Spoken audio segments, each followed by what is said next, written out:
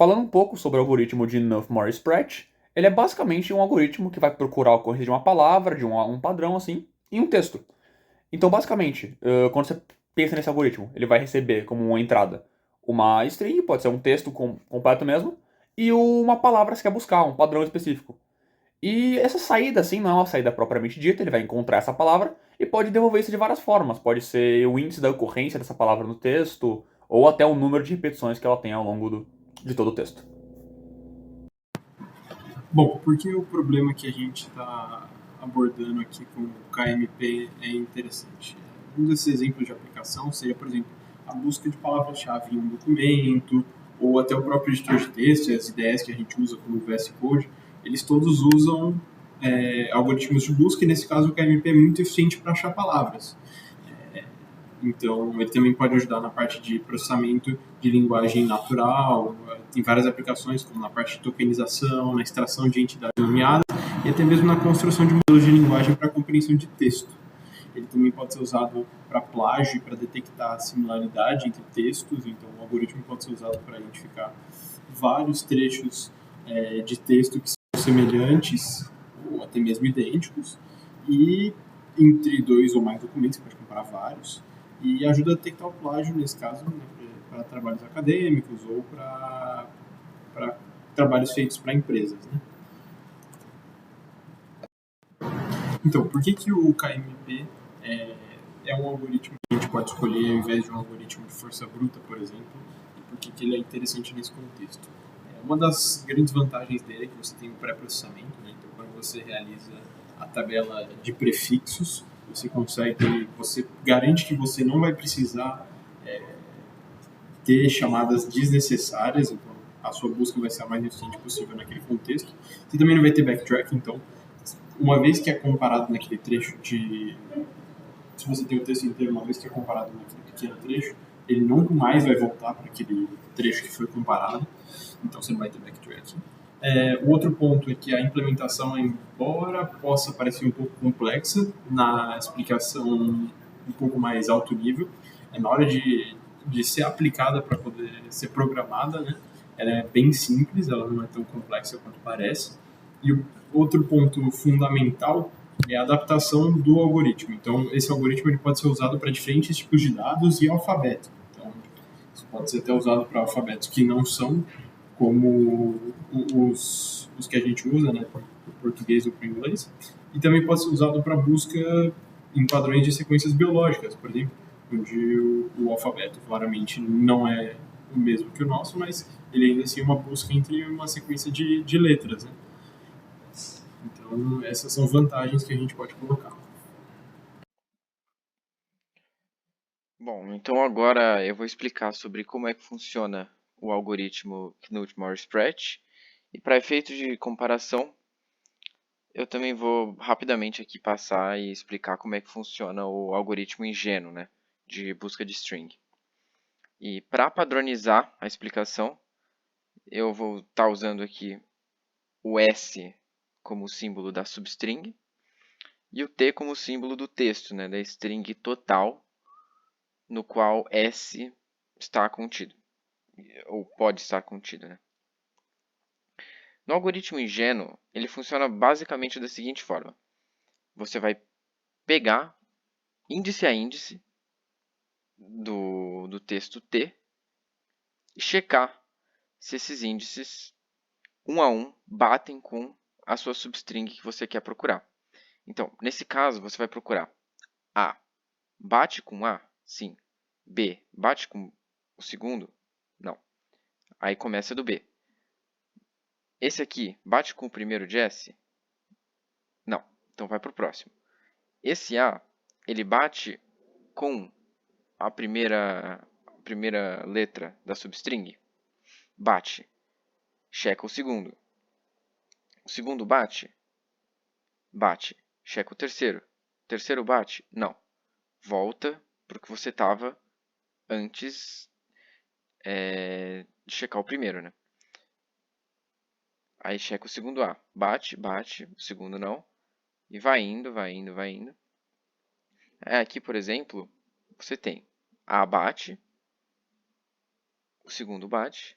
B bate, C bate, A bate, esse quarto A também, o B também, mas o C, ele não é o mesmo que o último caractere da substring. Então ele vai voltar para onde você começou a contar, a comparar, né? No caso é aqui, e vai para o próximo e vai checar tudo de novo. Vai checar se esse A aqui é igual ao primeiro, e depois assim por diante, até você conseguir achar a que você quer, ou não, né? O que causa uma redundância muito grande, né? Você vai ter que checar todos os caracteres do texto repetidamente, mesmo que você já tenha checado eles. E isso gera uma perda de eficiência muito grande. E o algoritmo Knut-Morris-Pratt, que eu vou falar aqui, ele é basicamente dividido em duas etapas. As etapas onde a gente vai encontrar as repetições dentro da nossa substring. E depois de encontradas essas repetições, a gente vai usar delas para facilitar a busca de S em T, da substring na string maior. Né? Então, a primeira etapa é determinar as repetições. Então, por convenção, a primeira letra, independentemente de qual seja, sempre vai ser 0. Nesse caso, a segunda é repetida em relação à primeira, então é 1. A terceira não é repetida em relação à primeira nem à segunda, então é 0. O C também não, 0. Aqui, o A é repetido em relação ao primeiro caractere, então é 1. O segundo A é igual ao segundo caractere. O B é igual ao terceiro caractere. Então a gente fez 1, 2, 3. O D não é repetido igual ao quarto, então volta ao 0. Também é importante notar que quando são todos caracteres iguais, né, letras iguais, o algoritmo determina que é uma contagem, né, começando de 0. E aqui outro exemplo para ilustrar. Nesse caso a gente tem A, repete, B, A, repete, repete, 1, 2, C, 0. E aqui repete o começo inteiro quase, né? A, B, A, A, B, A, A. A, B, A, A. Então vai ter 1, 2, 3, 4, 5, porque repete as 5 primeiras letras da string. Bom, tendo isso, a gente determinou aqui nossos índices para a nossa substring e tem a string total. E o algoritmo o KMP, né, ele vai começar percorrendo mais ou menos igual o ingênuo. Vai começar com o índice no primeiro e vai ver se esse primeiro é igual ao primeiro caractere da substring. É igual, checa o segundo, não é igual. Volta para o primeiro, não é igual, vai para o segundo, é igual. Aqui, ó. A é igual a A. Checa o segundo caractere. A é igual a A de novo. Checa o terceiro. C não é igual a B. Então, a gente vai para o último caractere da substring que deu certo, né? Que foi igual, e retorna ao índice que ele tem. Né? Começando, se aqui é 1, você vai para a substring índice 1, começando de 0, né? Então, 0 e 1. A é igual a C? Não. Então, passa para o próximo. A não é igual a B. Aqui temos A igual A igual a B, C. Próximo, B não é igual a esse terceiro A. A última substring, o último caractere da substring que foi igual foi o C. o índice do C é 0. Então, você retorna para o índice 0 da substring, que é, no caso, o primeiro, né? A é igual ao I? Não, passa. Esse aqui é igual, esse aqui não é. Não é igual. Aí aqui que está o diferencial do algoritmo. Você tem o A igual, tem o segundo A igual também, o B igual, o C igual, A, B e C. O último caractere da substring não bate com o índice atual. O que a gente faria no algoritmo ingênuo é voltar tudo para esse A aqui e recomeçar a comparar.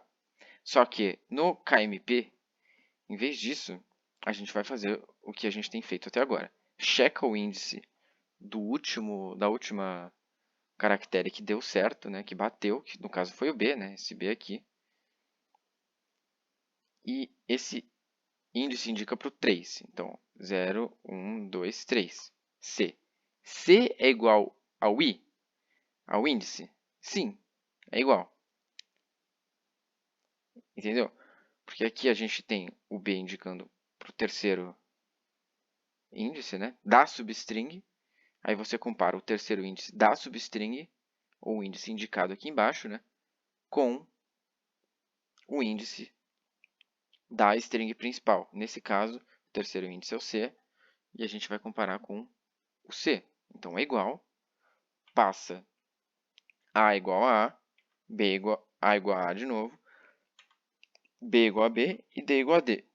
Pronto, assim a gente conseguiu encontrar a nossa substring S em T, economizando aí alguns loops, né? Principalmente agora nesse final que a gente não teve que voltar tudo, desde desse B aqui, de volta tudo lá para o A. A gente conseguiu pular algumas etapas, né? Sem perder confiabilidade. E aqui está a string encontrada.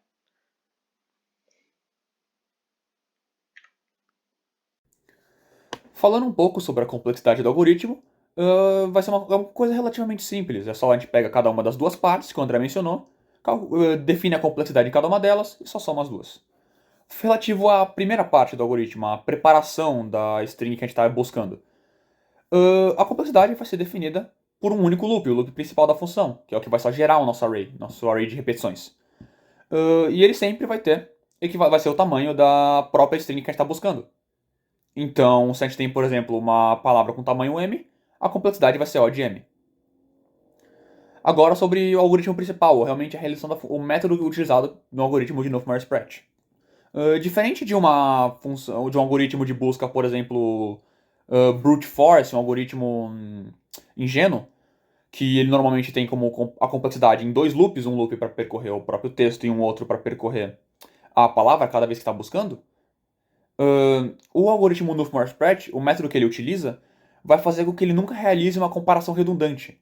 Então, o número de iterações que vão comparar a nossa palavra com o texto todo vai sempre ser, no máximo, o próprio tamanho do texto. O que significa que, como o código consiste em um único loop principal também, a complexidade vai ser, no pior caso, O de n. Dessa forma, somando as duas, a gente tem uma complexidade O de n mais m, que ainda é uma complexidade linear.